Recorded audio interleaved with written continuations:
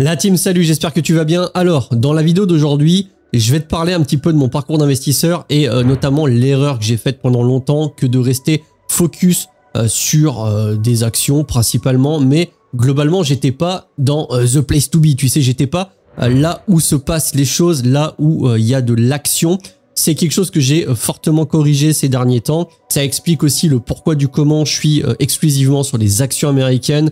Tu l'as vu, hein, moi en tout cas sur mon PEA et même sur mes comptes titres, si t'es pas abonné à la chaîne membre sur le portefeuille idéal, mais j'ai 100% quasiment, mais même 100% d'actions américaines. Et tu peux te dire, bah c'est dommage, t'es pas diversifié, etc. Et j'ai compris un truc, c'est que il faut quand même se positionner là où se passe l'action. Donc en ce moment, à l'instant je te fais cette vidéo, on est le 17 novembre 2024. L'action se passe un petit peu sur les crypto-monnaies. Maintenant, je comprendrais que tu ne veuilles pas forcément y aller. Ça dépend de ta stratégie, ça dépend également de ton patrimoine, ça dépend de ton aversion au risque. Mais en ce moment, par exemple, c'est sur les crypto-monnaies que ça va se passer. Pourquoi? Eh bien, tout simplement parce que si je te montre mon compte eToro, tu peux voir que globalement, depuis un mois, il a fait plus 35%, soit une augmentation de 3600 €. Donc ça, sur la partie bourse, techniquement, ça ne peut pas vraiment exister si tu es sur un portefeuille diversifié. Bien évidemment, si tu es sur une seule action, tu peux faire ce genre de performance. Mais à la différence que sur mon portefeuille eToro, c'est un portefeuille hybride, stocks plus crypto-monnaie. Et en ce moment, eh bien, on le voit, les crypto-monnaies, ça tire fort. Pour autant, eh bien, le reste de l'année, je suis quand même sur des actions, des indices, des ETF. Et je suis sur l'ETF américain. Eh bien, je vais te montrer sur le logiciel TradingView. Donc, si tu connais pas, c'est un logiciel qui est absolument exceptionnel où tu as énormément d'infos et surtout, tu peux comparer plein de choses, avoir plein de données. Bref, c'est un logiciel qui est vraiment extraordinaire. Donc, tu as à l'image, eh bien, deux courbes. Je te les ai mises. Donc, en violet, tu as la courbe du S&P 500 et la courbe en dessous, là, je peux zoomer un petit peu. Celle-ci, eh bien, c'est le 440. Alors, ce qui est très bien dans TradingView, c'est que là, tu vois, je peux afficher les deux courbes, je peux les comparer et surtout, quand je vais bouger l'échelle de temps, ça va automatiquement réajuster les performances. Par exemple, si on se met depuis globalement le début de l'année, eh bien, à quelque chose près, ça me dit que le 440 est à moins 4%, alors que le S&P 500 est actuellement à quelque chose comme plus 23%. Et donc, tu as un écart qui est relativement important. Et comme je te l'ai dit, ce qui est exceptionnel avec TradingView, et en tout cas c'est une des fonctionnalités parmi les centaines, les milliers qu'il y a à l'intérieur de ce logiciel, eh bien c'est de pouvoir comparer des performances au fur et à mesure qu'on va dézoomer. Par exemple, si je te mets à l'instant T depuis 2017, eh bien on peut voir que, je décale un peu, le 440 aura une performance totale cumulée de plus 41%. Alors que le S&P 500 a plus 143%. Et on peut même rajouter, tu vois, le Nasdaq 100 par exemple. Hop, je l'ai rajouté. Voilà ce que ça donne. Donc le Nasdaq 100, courbe en bleu, S&P 500, courbe en violet. Et le 440, eh bien, la courbe en bas avec les fameuses bougies qu'on a l'habitude de voir, vertes et rouges. Donc là, je précise que je suis en daily.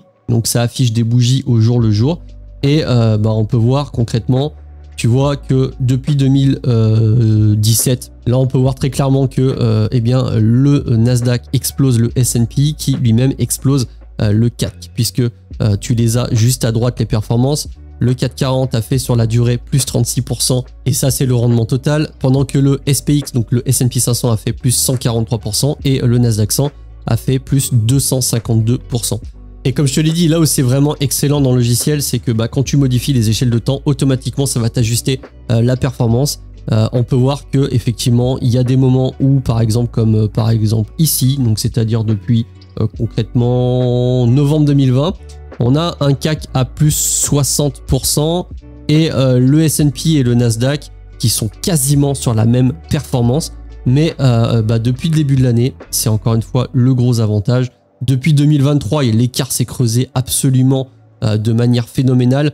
11% de performance sur le CAC, 55% sur le SPX et 90% sur le Nasdaq. Et là, 2024, et ça confirme encore une fois mon choix que d'être positionné sur les actions et sur les indices américains.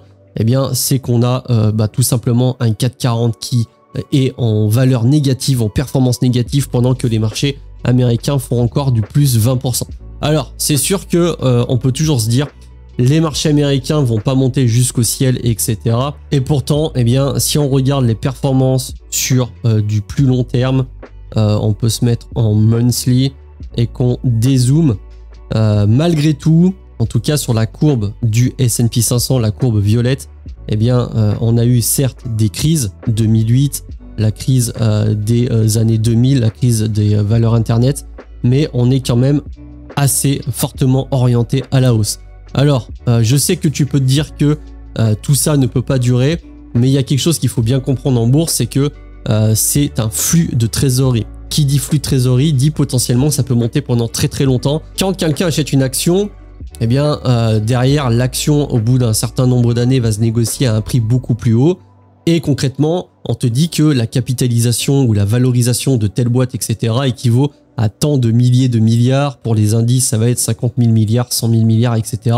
Mais concrètement, est-ce qu'il y a eu 100 000 milliards de dollars injectés? Eh bien, absolument pas. C'est pour ça qu'on parle d'un flux. C'est qu'il y a une revalorisation à l'instant T en fonction de ce que les gens sont prêts à acheter et le prix auquel ils sont prêts à acheter, qui va instantanément remonter tous les anciens investisseurs, eh bien, à cette valeur-là. C'est pour ça qu'il faut parler de flux et c'est pour ça que il faut pas forcément raisonner en termes d'injection monétaire, parce que la valorisation d'un indice ou la valorisation d'une entreprise ne correspond pas à l'ensemble des injections qu'il y a eu. C'est simplement, eh bien, à l'instant T, comme je te l'ai dit, la valeur à laquelle va s'échanger les actions, qui va immédiatement corréler l'ensemble des investisseurs. Tu vois, aujourd'hui, on a un S&P à 6000 points qui va bientôt franchir les 6000.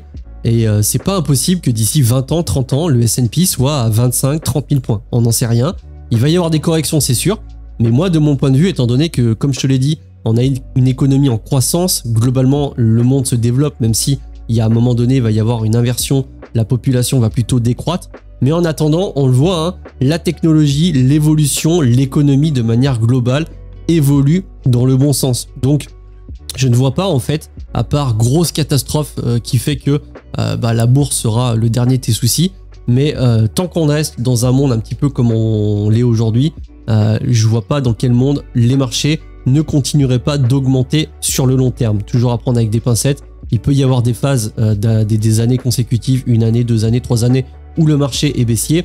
Mais concrètement, le marché est quand même de manière générale tout le temps haussier.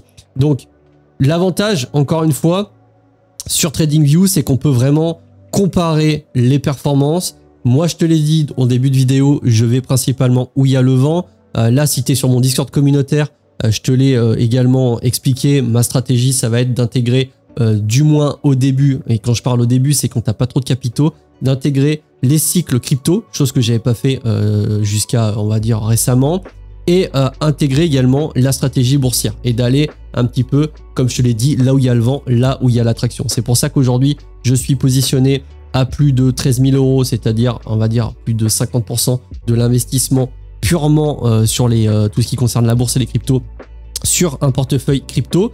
Et quand je vais doucement sortir du bull run, eh bien, je vais réallouer cette partie de trésorerie sur un compte titre pour regarder un petit peu où est-ce que je peux mettre mes billes, toujours avec une optique de performance. Ça, c'est ce que je t'ai dit encore une fois, c'est que maintenant je vise la performance, d'essayer de sortir les plus grosses performances en essayant d'avoir une stratégie globale, en allant sur des ETF à levier quand j'estime que c'est nécessaire, en allant sur de la crypto-monnaie quand j'estime qu'il y aura plus de performances à faire, etc. Et ça, c'est vraiment l'idée que j'essaie de te transmettre via cette vidéo, c'est que tu ne reproduises pas l'erreur que j'ai faite de rester positionné sur des actions françaises, en l'occurrence pour moi, pendant trop longtemps, et de ne pas forcément inclure les crypto-monnaies, surtout si tu es au début. Après, effectivement, si tu as 300, 400, 500 000, 1 million d'euros de patrimoine, je comprends tout à fait que tu ne veuilles pas aller sur la crypto-monnaie, tu n'en as peut-être tout simplement pas le besoin. Si tu fais du 10%, du 12% sur 1 million, évidemment que ça te fait une somme qui est significative, mais au début, pour accélérer, eh bien,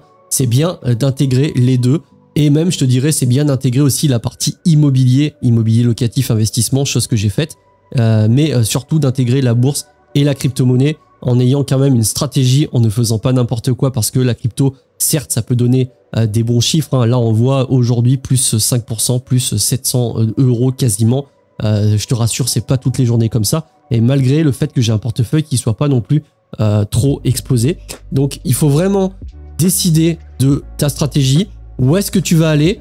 Là je pense que je t'ai fait quand même une petite démonstration sur le fait que les États-Unis, eh bien depuis quand même pas mal de temps, allez vraiment depuis 2009, donc ça va faire 15 ans, surperforme très largement les indices français, le CAC 40, d'autant plus que la politique en France ne rassure pas du tout les investisseurs et met un poids supplémentaire sur tout ce qui va concerner les impôts sur les grosses entreprises, donc ça ralentit. Alors que actuellement, eh bien, on le voit au moment où je te fais cette vidéo, Donald Trump est élu président des États-Unis. Il va rentrer en fonction le 20 janvier, si je dis pas de conneries, 2025.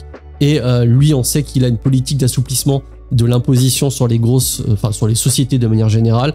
Donc, je ne vois pas pourquoi dans les prochaines années, eh bien, le marché américain sous-performerait le marché français. J'y crois pas une seconde.